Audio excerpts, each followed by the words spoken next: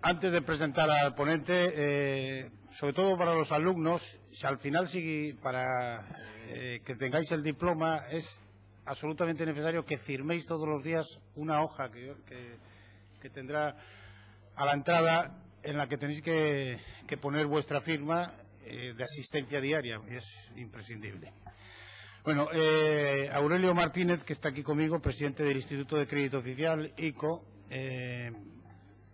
pues va a hablarnos ahora. Desde luego, después de la inauguración tan potente que tuvimos ayer, pues continuarla con personas como las que van a estar hoy, pues vamos a mantener ese nivel tan alto. Y como vais a poder comprobar, Aurelio Martínez es catedrático de la Universidad de Valencia, ¿no? De Valencia, donde vive, cuando puede. entre Madrid y Valencia. Simplemente no voy a hacer más presentaciones. Es, como digo, catedrático y experto en economía, y por lo tanto sobre el tema del crédito oficial y de la realidad económica y tal, es de los que más saben. Algunas entrevistas que han salido en los medios lo ha demostrado, y por lo tanto no tengo que hacer más presentaciones. Aurelio, muchísimas gracias, por supuesto, por haber aceptado nuestra invitación y por estar aquí hoy. Bueno, es igual, con uno vale. Bueno, en primer lugar, gracias por tu invitación y por estar este rato aquí con vosotros. La verdad es que como añoro dar clases, en cuanto me ofrecen una clase he dicho, pues bueno, pues vamos a dar total, faltaría más, hablamos de lo que haga falta. Bien, la idea, como casi abro el curso, pues casi lo que pensaba hacer, hablar solo de la banca pública es un poco rollo, perdonadme. Entonces voy a hacer un poco por qué estamos donde estamos y qué problemas tenemos en este momento con la política monetaria y algunas cosas más, y luego entraré en la banca pública, que es la que tiene que solucionar todo, como se está viendo últimamente, porque el ICO, de ser desconocido perfectamente, es a salvador del mundo mundial. Entonces vamos a ver una cosa entre medias y somos capaces de matizarla. Cualquier duda, cualquier cuestión que vaya apareciendo, por favor preguntarla antes y punto. Algunos conceptos los sabréis seguro, lo voy a pasar lo más rápido posible, y otros pues a lo mejor merece la pena que nos detengamos un poquito más. Aunque llevamos 2 años de crisis, vamos a hablar del origen de la crisis, parece mentira, ¿no? En fin, brevemente, se podrían dar muchas interpretaciones, pero para mí el origen de la crisis, pues radica en las políticas monetarias que se van a aplicar a partir del año 2000. Unas políticas monetarias muy expansivas que tienen una justificación a corto plazo, como fue en primer lugar las crisis famosas de las .com en el año 2000, o el 11 de septiembre en septiembre del 2001, o la guerra de Irak en mayo del 2003. El hecho relevante es que estas políticas monetarias se mantuvieron de una manera generalizada hasta prácticamente el 2006, 2007, principios del 2007. Voy a poner algunos gráficos para verlo. Bien, y yo creo que ahí está el origen de casi todo. ¿Por qué? Porque en primer lugar eso se tradujo en un fuertísimo crecimiento de los agregados monetarios, lo vamos a ver. Se tradujo en tipos de interés reales negativos. No tiene sentido tener tipos de interés reales negativos tantos años como se mantuvieron en el mundo. ¿Por qué? Porque son señales a los inversores erróneas, y los inversores obviamente asumieron esas señales y se comportaron de acuerdo con lo que el mercado les decía, que fue el aumento del crédito, el apalancamiento famoso. Los agentes se endeudaban a tipos reales negativos, invertían en activos que les generaban rentabilidad positiva, y por lo tanto era una operación bastante fácil de entender. Eso se llama el excesivo apalancamiento. Y eso se tradujo en una inflación en el precio de los activos. Bien, vamos a verlo muy brevemente. Aquí tenemos el crecimiento de un agregado monetario como es la M3 en los países de la OCDE. La punta que veis ahí es el 9 de septiembre del 2001, o sea, los atentados. Pero en cualquier caso, todas las tasas de crecimiento de los agregados monetarios fueron altísimos durante todo este periodo en los países de la OCDE. Ahí tenéis los tipos de interés reales, lo que decía. Ese fortísimo crecimiento de los agregados monetarios se va a traducir en tipos de interés reales negativos. ¿Qué significa tipos de interés reales negativos? Pues que la inflación come toda la rentabilidad que podamos obtener con nuestros activos en un banco. Y eso fue durante muchos años. He puesto el de España porque, si observáis, desde el 2001 hasta el 2006, 5 años seguidos, la economía española tuvo tipos de interés reales negativos. Y si una persona tiene tipos de interés reales negativos, no le interesa para nada tener su dinero en el banco porque recupera cada año menos de lo que ha puesto y a su vez lo que tiene que hacer es endeudarse más para poder conseguir una rentabilidad mayor. Aquí tenemos una forma de medir cómo esos tipos de interés no eran los que debían ser, que es la famosa regla de Taylor, ¿no? Una es la azul, los que fueron, y rojo, los que debían ser, claramente por debajo.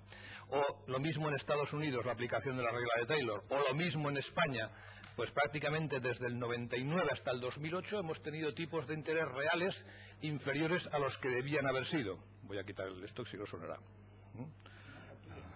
Por si acaso lo quito. Bien. Y eso se produjo...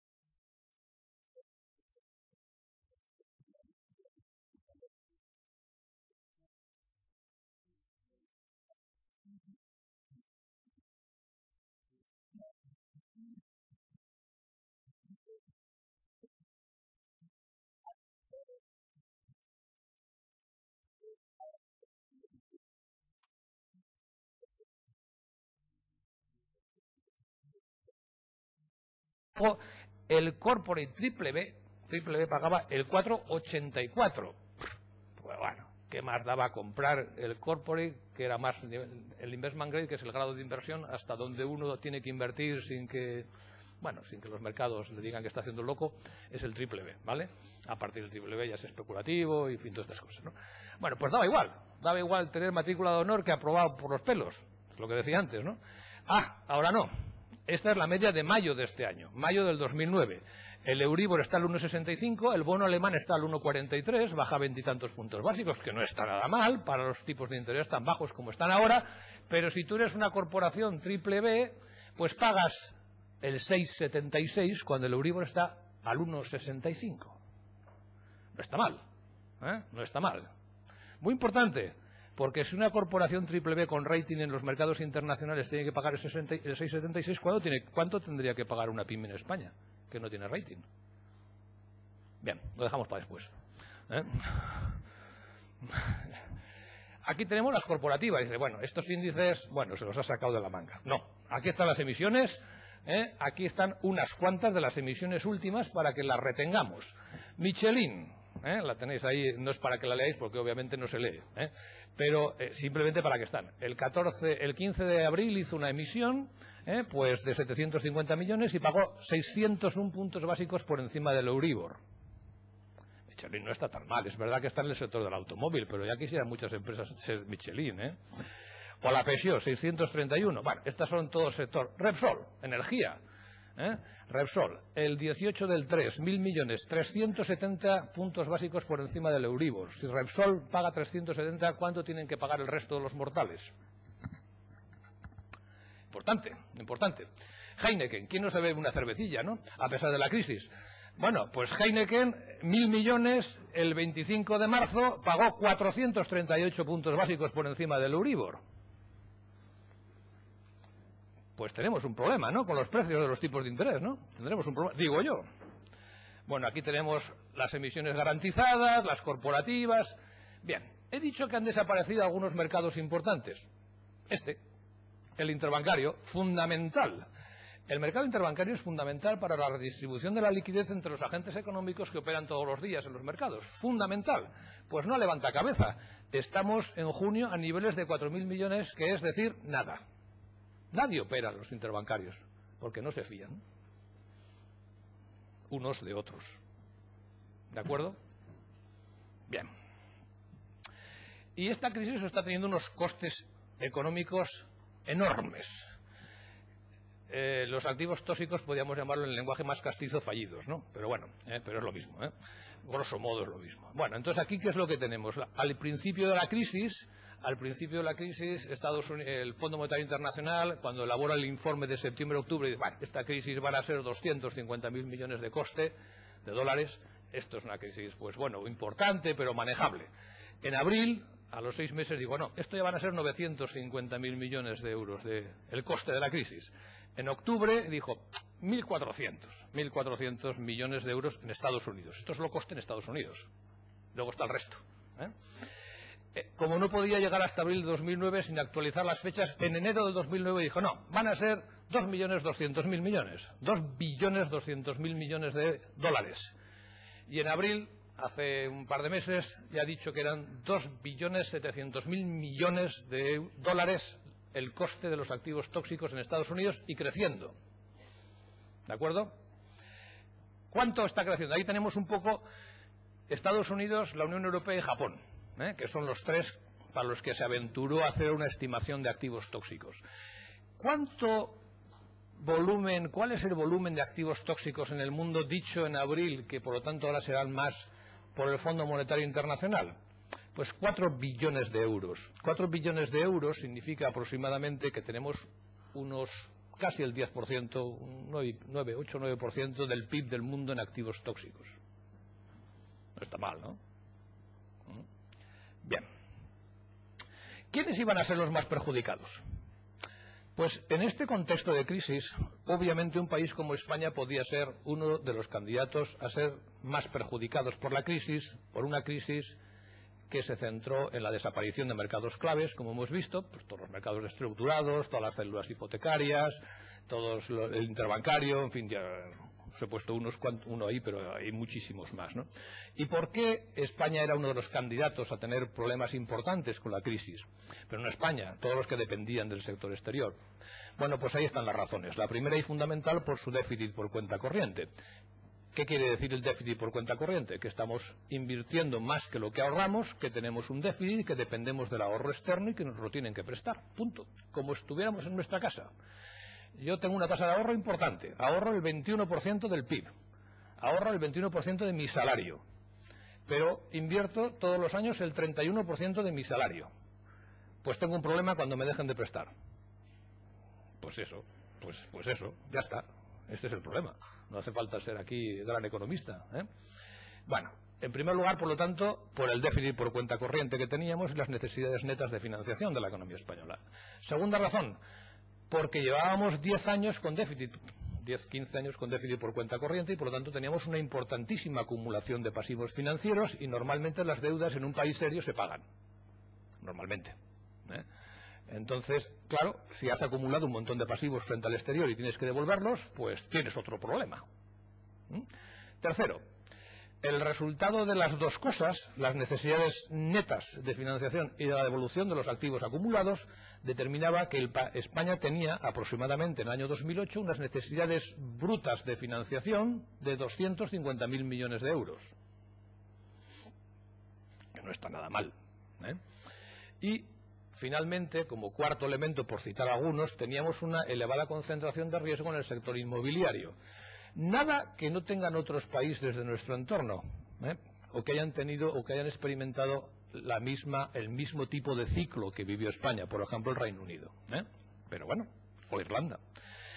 Bien, aquí tenemos las necesidades de financiación de la balanza de pagos. Estos son los acumulados en los últimos meses. Observamos cómo desde abril se está corrigiendo lentamente, se va a corregir mucho más rápidamente durante el año 2009, como es lógico. Eso provenía de una diferencia entre tasa de ahorro y tasa de inversión en términos de PIB. No es que España ahorre poco, la tasa de ahorro es perfectamente asimilable a cualquier país de la OCDE. El problema es que hemos tenido tasas de inversión del 31 o del 32%, que son muy altas, y eso significa que nos han tenido que prestar el dinero, tal cual.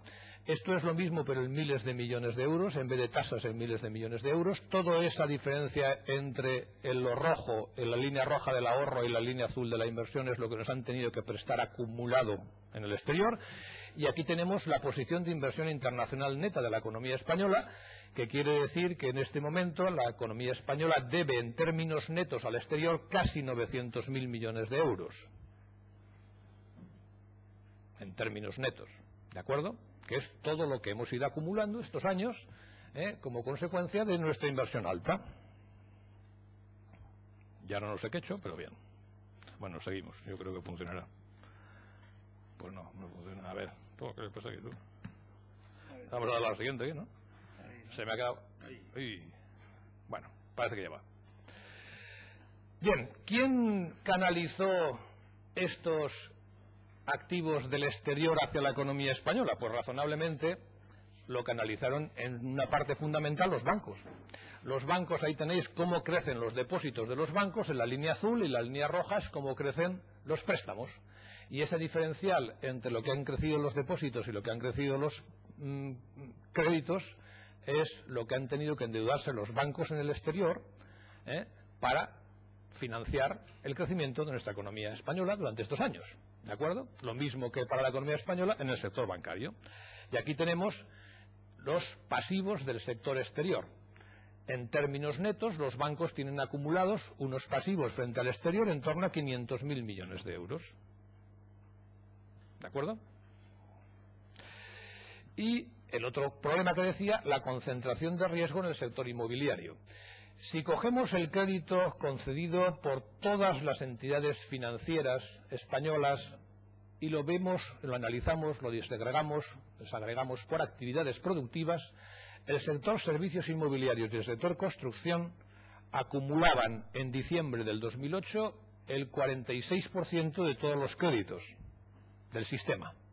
O sea, teníamos una importantísima acumulación de riesgo bancario en el sector inmobiliario, que no hace falta que diga las dificultades por las que está atravesando. Cuando en el año 95 esos mismos dos sectores, servicios inmobiliarios y construcción, representaban el 23% del crédito total por actividades productivas. Ahora, hagamos un ejercicio sencillo. ¿Cuál es la morosidad que pensáis que va a tener este sector en su conjunto? Construcción y servicios inmobiliarios, pensad la que queráis. En este momento hay concentrados unos 470.000 millones de euros y ahora ponerle una morosidad pequeñita. El 5, el 10, el 15, la que queráis, me da igual. Vale, pues ahí tenéis el problema. Aquí tenéis ahora el mismo crédito, el mismo incorporando los préstamos hipotecarios a los hogares. Construcción, servicios inmobiliarios y hogares, que representan 1.820.000 millones de euros, del total representan el 70 y tantos %. O sea, por el lado de la construcción y por el lado de la financiación, después de la adquisición de la vivienda, el sector crediticio tiene acumulados casi las 3/4 partes de todos los préstamos concedidos. ¿De acuerdo? Bien. Tercer pase, ya después de este paso a lo mío. El agotamiento de la política monetaria. Y todo eso nos está llevando ahora a una situación clara en los últimos meses de agotamiento de la política monetaria. Bien, ¿qué persigue? ¿Cuáles son las medidas ortodoxas que dispone la política monetaria para manejar pues la demanda agregada o la economía? Pues básicamente son medidas de precio y medidas de cantidad, no tiene más.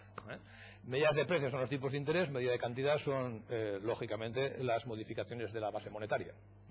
El dinero en circulación, no hay más cera que la que arde. Medidas de precio, bajadas de tipos de interés. Esta es una medida que ya está agotada, porque ya no van a bajar más.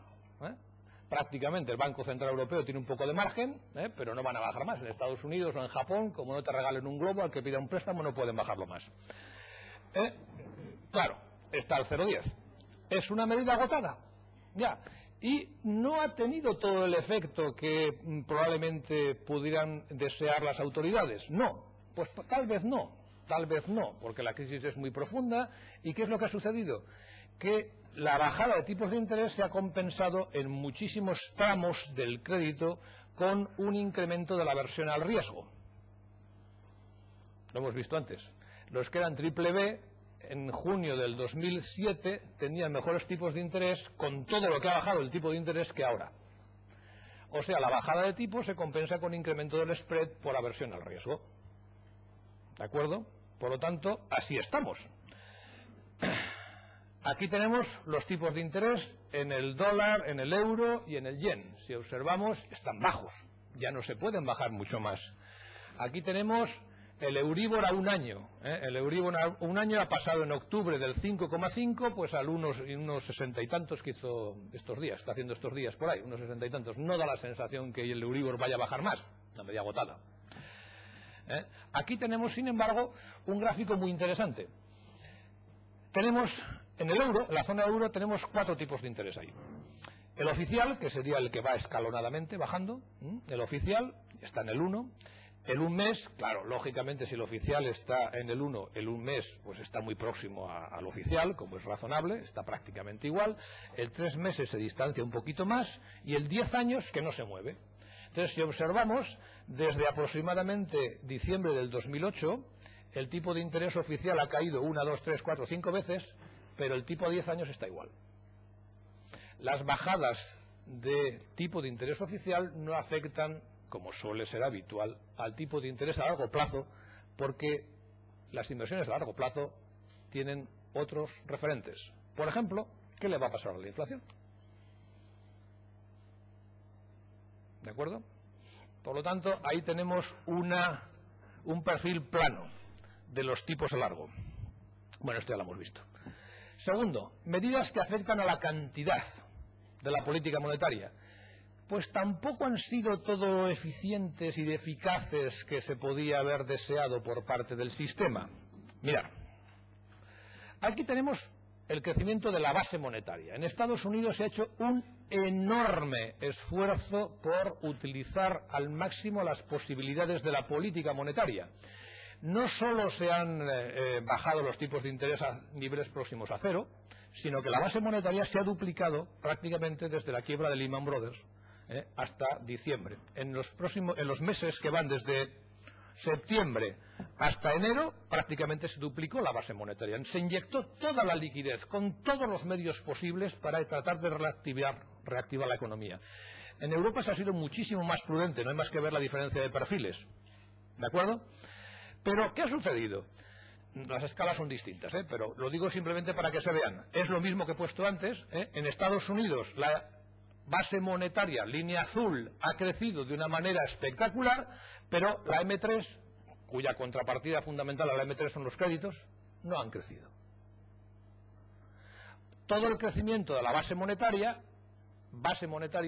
palanca de actuación de la política monetaria vía cantidad, ya hemos visto el precio, vía cantidad, no ha tenido un traslado a la mayor disposición, facilidad para conceder crédito, ni en Estados Unidos ni en Europa. ¿Por qué? Bueno, por muchas. La aversión al riesgo, claro, la aversión al riesgo es clarísimamente. Los bancos han optado por mantener una preferencia clara por la liquidez, y al tener una preferencia clara por la liquidez, por el tipo de aversión al riesgo, lo que hemos hecho ha sido que todos esos incrementos de la base monetaria han hecho disminuir el multiplicador crediticio, pero no han aumentado el crédito, porque ha disminuido el multiplicador. Bueno, aquí tendríamos el multiplicador. Observar lo que le ha pasado al multiplicador crediticio. Aumento la base, no se traslada al crédito porque disminuye el multiplicador, se hunde de hecho el multiplicador. ¿De acuerdo? Bien, en este momento no hay necesidades de liquidez en el sistema, el problema de la liquidez que ha quedado resuelto. Aquí tenéis un poco la facilidad marginal de crédito, no hay ya problemas, estamos con datos del 14 de junio, o sea, no hay. Y bueno, tampoco hay excedentes importantes de liquidez. Y por último, el fuerte incremento de la morosidad. Otro de los elementos que obviamente incidían en la repercusión era el fuerte incremento de la morosidad. Ahí tenéis cómo ha aumentado en España, pues bueno, de niveles bajísimos por debajo del 1% al 4,16. En cualquier caso es el contexto histórico para compararlo con las otras crisis.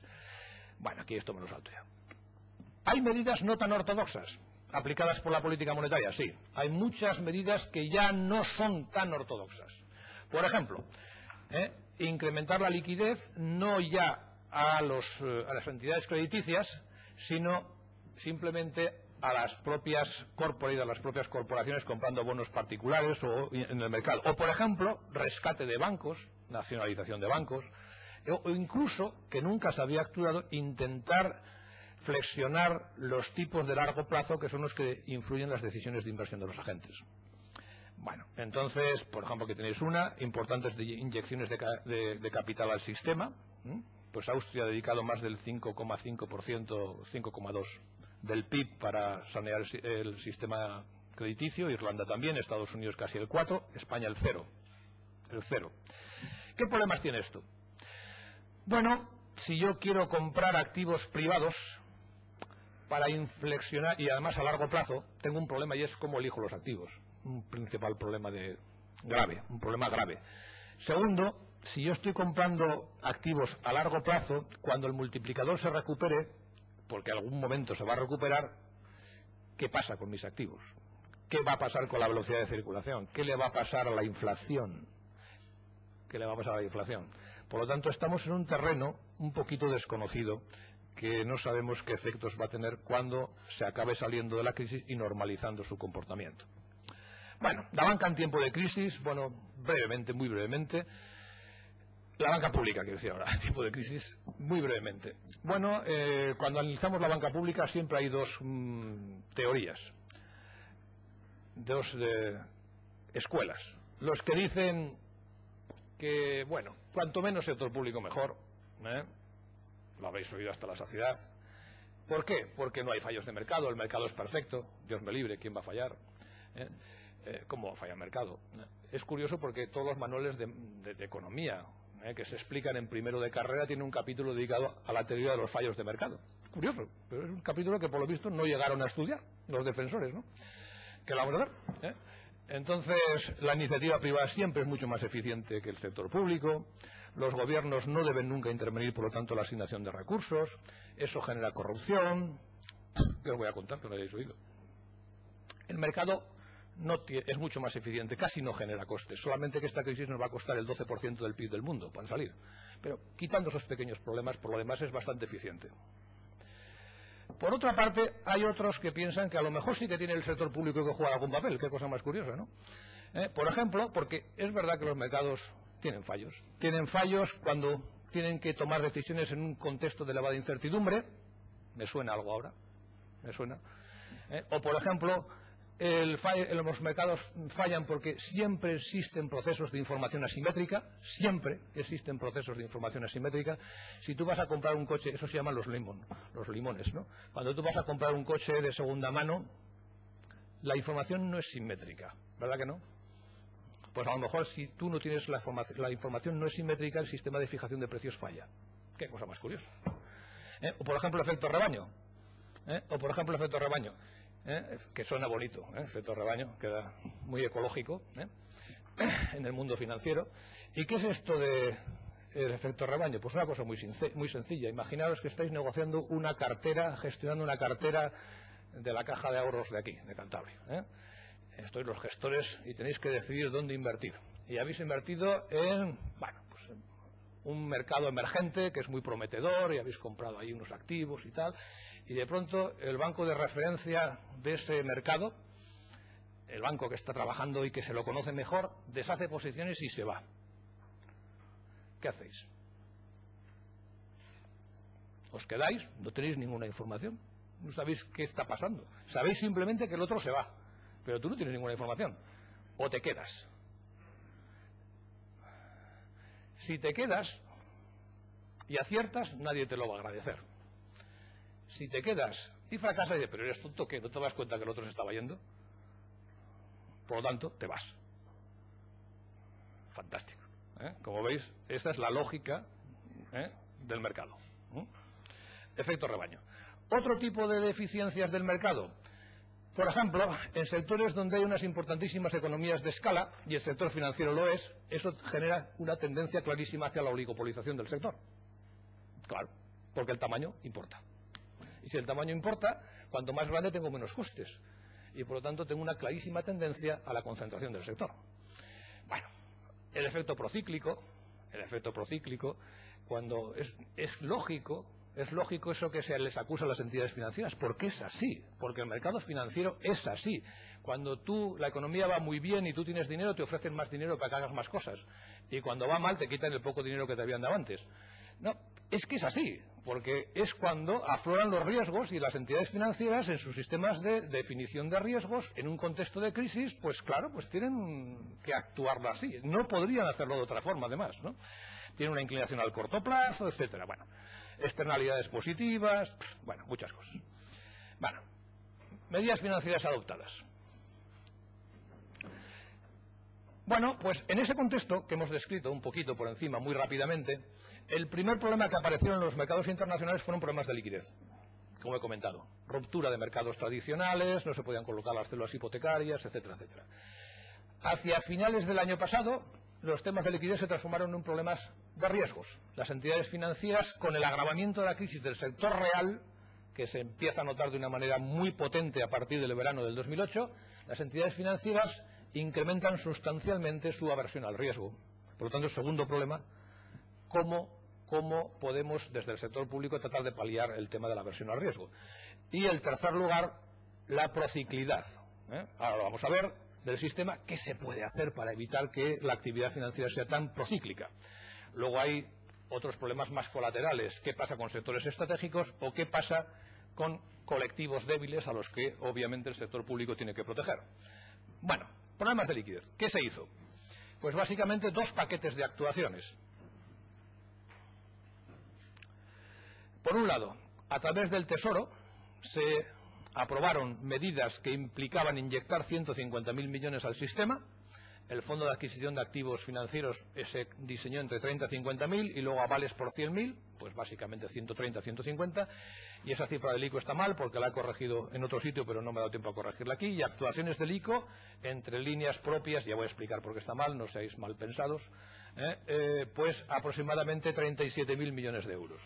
Ahí está incorporado, y no me parece justo, lo que aportan las entidades financieras en cooperación con el ICO. Entonces no tenía lógica. ¿Ves? Ahí están los 38.500. Líneas propias. ¿Qué papel se le ha ido atribuyendo al ICO? En líneas de liquidez, 13.000 millones. No, líneas de liquidez, 8.000. En la de moratorias de pymes, 5.000. Vale, sí, 13.000, está bien. Y en líneas del sector construcción, otras 8.000. Es que el asterisco, en esas que pongo líneas de liquidez 8.000, el sector privado, la banca privada, colabora con el ICO en la misma cuantía. O sea, cada 100 euros prestados, 50 pone el ICO, 50 ponen las entidades de crédito. Si el ICO pone 8.000, las entidades financieras ponen otros 8.000. Eso es lo que quiero decir. ¿De acuerdo? En el sector construcción, las líneas de avales y viviendas son 5.000 y 3.000. Y programa de apoyo a pymes, 11.000 millones, la línea ICOPymes, de crecimiento, bla, bla, bla. Y aquí otras líneas de los ministerios, 3.500.000. Hay más, he puesto 12, pero hay 20 y algo ya. O sea que, pero en fin, las más importantes. ¿Cómo están funcionando las líneas? Aquí discrepo abiertamente de lo que suelen decir aparecer los medios de comunicación, pero como eso es una discrepancia normal, pues que la vamos a ver, no tiene solución, no tiene solución. Por eso lo he dicho, Por eso lo he dicho. Vamos a ver, no se ve nada, pero está ahí, y lo dejaré para que lo tengáis como referencia. Ahí están las dotaciones aprobadas para el ICO. No se ve nada, tranquilos. Lo dejaré aquí para que lo tengáis a vuestra disposición y lo descuarticéis si es necesario. La dotación inicial, 36.900 millones, son todas las líneas que se le han aprobado al ICO para que vaya haciendo cosas. Fijaros que muchas de las líneas son máximos. Por ejemplo, cuando definimos la moratoria hipotecaria, la moratoria de préstamos de la línea ICO, moratoria PYME, son 5.000 millones, dijimos, vamos a ver, ¿cuántos préstamos tiene concedidos el ICO a las pymes que pudieran acogerse a esta medida? 5.000. Pues tú tienes que presupuestar que se van a acoger todos, porque si no estás perdido. Si yo presupuesto que van a ser 100 y después todas las empresas o todas las entidades financieras se acogen a esta línea y son 5.000, tengo un problema. ¿Por qué? Porque me va a faltar liquidez. Por lo tanto, yo tengo que presupuestar que las empresas y las entidades van a llegar a acuerdos y esa línea se va a agotar, porque si no tengo un problema. ¿Cuál es el problema que tengo ahora? Pues que pensando en máximos dije, bueno, esta es una línea que solamente tiene costes para el ICO. Solo tiene costes para el ICO, la moratoria de pymes. Pero, sin embargo, las entidades financieras no están dando la línea o las empresas no lo están pidiendo. Y de los 5.000 solamente se han gastado 6,7. Sí, 6,7. El 0,13%. Entonces, gran fracaso del ICO, que ha puesto una línea de 5.000 millones y solamente ha dado 6,70. Hombre, es verdad. Pero, ¿qué le voy a hacer? Yo pongo la línea a disposición de las entidades financieras y de las empresas para que se acojan a ella. ¿En qué consiste esta línea? Muy sencillita. ¿Usted ha pedido un préstamo del ICO en los años 2006, 2007, 2008? ¿Sí? Pues mire usted, lo que me tiene que pagar en el 2000, a mí, al ICO, porque el único que sale aquí perjudicado es el ICO, lo que me tiene que pagar, lo que me tiene que devolver durante el 2009, se lo paso al 2010. O sea, corro el calendario de amortización un año. Es un dinero que ha puesto el ICO, que lo tenía que recuperar el ICO, por lo tanto, porque eran pagos que se tenían que producir este año, y lo único que hacemos es correr el calendario. Más fácil, imposible. Imposible. Y va y no se pide. ¿Qué le voy a hacer? ¿No? Bueno, aquí tenemos las disposiciones quincenales, ¿cómo van? Las disposiciones quincenales van a un ritmo de entre 700 y 800 millones de euros. No está nada mal. Aquí está el importe dispuesto, estamos casi ya, el martes pasado llegamos casi a 7.000 millones, 6.700. Aquí están las disposiciones de la línea ICOPYME, que va muy bien, a ritmo de 200. Esto financian solo inversión de pymes. Y estamos colocando 250 millones cada 15 días, más de. No está mal, va por debajo de la línea del año anterior. Esta la de emprendedores, que va por debajo del año anterior, pero la de crecimiento, que encima no tiene subvención, va por encima del año anterior. O, por ejemplo, la de internacionalización de la empresa va por encima del año anterior. Las disposiciones de liquidez. Bueno, pues esta es la parte del ICO. Van a un ritmo de 200 y pico millones cada quincena, más 200 y pico de las entidades crediticias. Por lo tanto, se agotará, seguro. Son 5.000 millones nuestros, 5.000 de ellos, se agotará. No en el plazo que yo creía que se iba a agotar, pero se agotará. La liquidez de medianas empezó tarde, pero fijaros cómo van creciendo las disposiciones quincenales. Se van doblando cada disposición. Y esta va a tener un recorrido mucho más rápido. El programa Avanza va a su ritmo normal de 20 y tantos millones, el plan Vive ya está agotado. Ese programa que no iba, que, en fin, que el Vive, fíjate, pues ya se ha agotado. Más vale que no iba, porque se llega a ir, lo terminamos en enero. La financiación a las empresas, pues va en torno a 600 y pico millones de euros cada quincena. Y termino con dos gráficos. El ICO, uno de los papeles que tenía era luchar contra la liquidez, intentar paliar los efectos negativos de la liquidez, ¿de acuerdo? El segundo, tratar de compensar la excesiva aversión al riesgo. Y el tercero, actuar de una manera anticíclica frente al sistema, ¿de acuerdo? ¿Qué hemos hecho con la generación de liquidez? Pues he comentado las cantidades que, pues de alguna forma se han aprobado. Van por debajo las disposiciones de lo que se había presupuestado como máximos. Respecto al riesgo, por primera vez lo que hemos hecho ha sido compartir riesgos con las entidades financieras. Compartir riesgos. Entonces, si vais a una entidad financiera y decís, tenéis una pyme y dice, voy a montar un bar. Bueno, lo que queráis, un bar porque hay muchos, ¿no? Por otra razón. Entonces, vamos a una entidad financiera y dice, bueno, pues mira, este te da 50 y yo te doy 50. Si tú fallas en el negocio, él perderá sus 50 y yo perderé mis 50. Compartimos riesgos. Pero lo que pone el ICO es un techo a la morosidad, porque si la morosidad media del sistema es el 4,16%, no tendría mucho sentido que las operaciones que elige el banco, porque el ICO no tiene capacidad de elección, nosotros no elegimos los clientes, los eligen las entidades financieras, los analizan las entidades financieras, y lo que dicen las entidades financieras lo aceptamos al 100%, y encima no tenemos capacidad de contrastación de que la información que nos suministra ex ante las entidades financieras sea correcta, porque somos 200 y pico personas y ya hemos dado 200 y pico mil créditos ya, no tenemos capacidad. Entonces, El control lo hacemos ex post y lo hacemos por entidades externas porque no tenemos capacidad de control.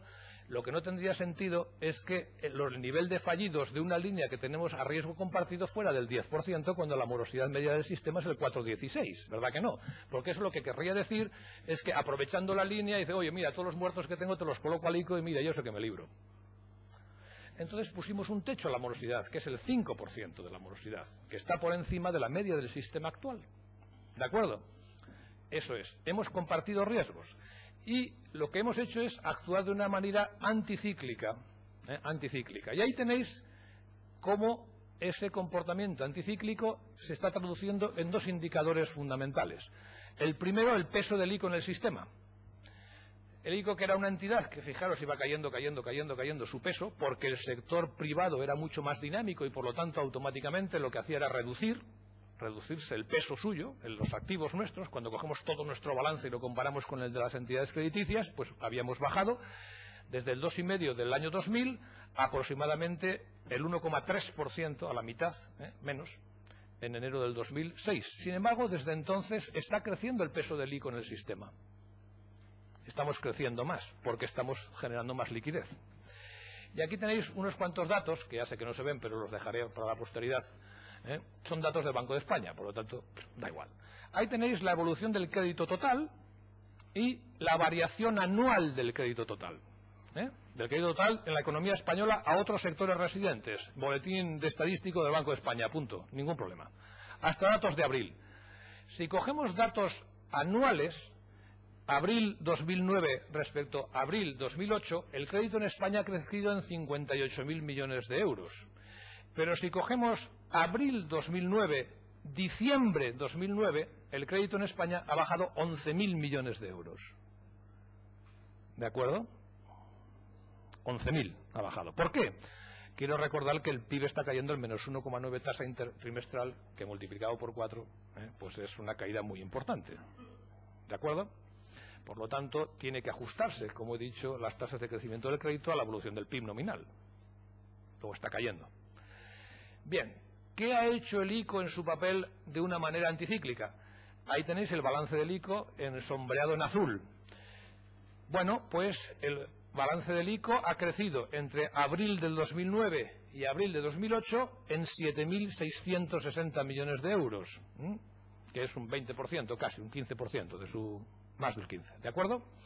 Pero en los últimos 4 meses, cuando el sistema ha caído 11.000 millones, el ICO ha aumentado en los últimos 4 meses 3.000 millones, su balance. Por lo tanto, está intentando compensar las caídas del sector privado. ¿Y en qué se ha traducido eso? Pues se ha traducido en este gráfico, que si cogemos el peso del ICO, del crédito total del ICO, en los últimos 12 meses, de una manera en medias móviles, resulta que en abril, insisto, peso del crédito del ICO respecto al peso del crédito total de toda la economía española, el ICO representaba ya el 13,1% de todo el crédito concedido por las entidades crediticias en los últimos 4 meses. No está nada mal. Y va a seguir creciendo este peso. Y puede llegar perfectamente en los próximos 2 meses a más del 50%. Sí. Simplemente porque las tasas de crecimiento del crédito ICO son positivas y las del sistema son negativas. No te creas que es porque hagamos un esfuerzo extraordinario. Por lo tanto, el ICO está cumpliendo, por lo menos lo mejor que puede, algunas de las tareas que se le han encomendado. Probablemente no son las expectativas que se ha generado. El ICO no tiene en su anagrama la S de Superman, tiene una C, pero no la S, pero hace lo que puede, hace lo que puede y no lo está haciendo tan mal. Pues eso es un poco, y ahora, a preguntar. Gracias por la paciencia. Pues eso, vamos a... Hay alguna pregunta, pero os aviso que hay poco tiempo. Seré breve.